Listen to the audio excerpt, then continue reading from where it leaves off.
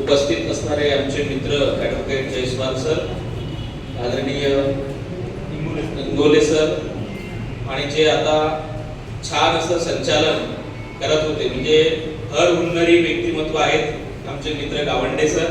नुसतं संचालनच नाही तर क्रीडा क्षेत्रामध्ये सुद्धा अतिशय महत्त्वाची भूमिका ते पार पाडतात. सोबत आदरणीय मॅडम जाधव मॅडम आंतरराष्ट्रीय दर्जाच्या त्या खेळाडू आहेत. उपस्थित आपण सर्व खेळाडू मित्रांनो, खेळ हा जीवनामधील अत्यंत महत्त्वाचा भाग समजला जातो. हेल्थ इज वेल्थ त्या ठिकाणी आपण म्हणतो. आज कितीही तुमच्याकडे पैसा असू द्या, परंतु जर हेल्थ आपली व्यवस्थित नसेल, बरोबर नसेल, तर आपण जीवन चांगलं जगू शकत नाही.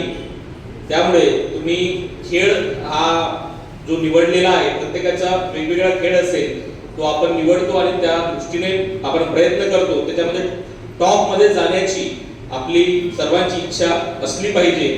जसं की एक सिनेमा आला होता, तुम्हाला माहिती असेल, आता चंदू चॅम्पियन, तुमच्यापैकी बऱ्याच जणांना माहिती असेल.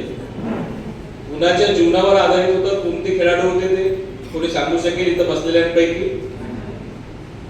चंदू चॅम्पियन नावाचा सिनेमा आलेला होता आता एवढ्यात. यस, टाळ्या वाजवा त्यांच्यासाठी.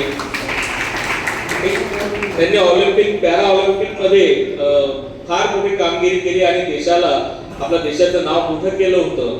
किती अडचणी त्यांच्या जीवनामध्ये आल्या होत्या माहित नव्हतं, पण जेव्हा शोधत गेलो आपण गुगलवर हे कोण होते बुवा, आणि तेव्हा मग त्यांचा सगळा जीवन परिचय आपल्याला मिळालेला आहे.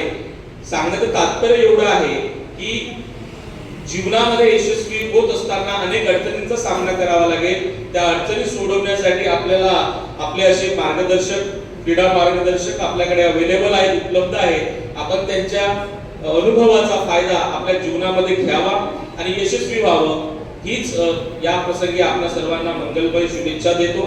मला या ठिकाणी बोलावलं, आपल्यासमोर हितगुज साधण्याची संधी दिली. मी माननीय क्रीडा अधिकारी सर आणि सर्व गावंडे सर आणि सर्वांचा मनपूर्वक आभारी आहे.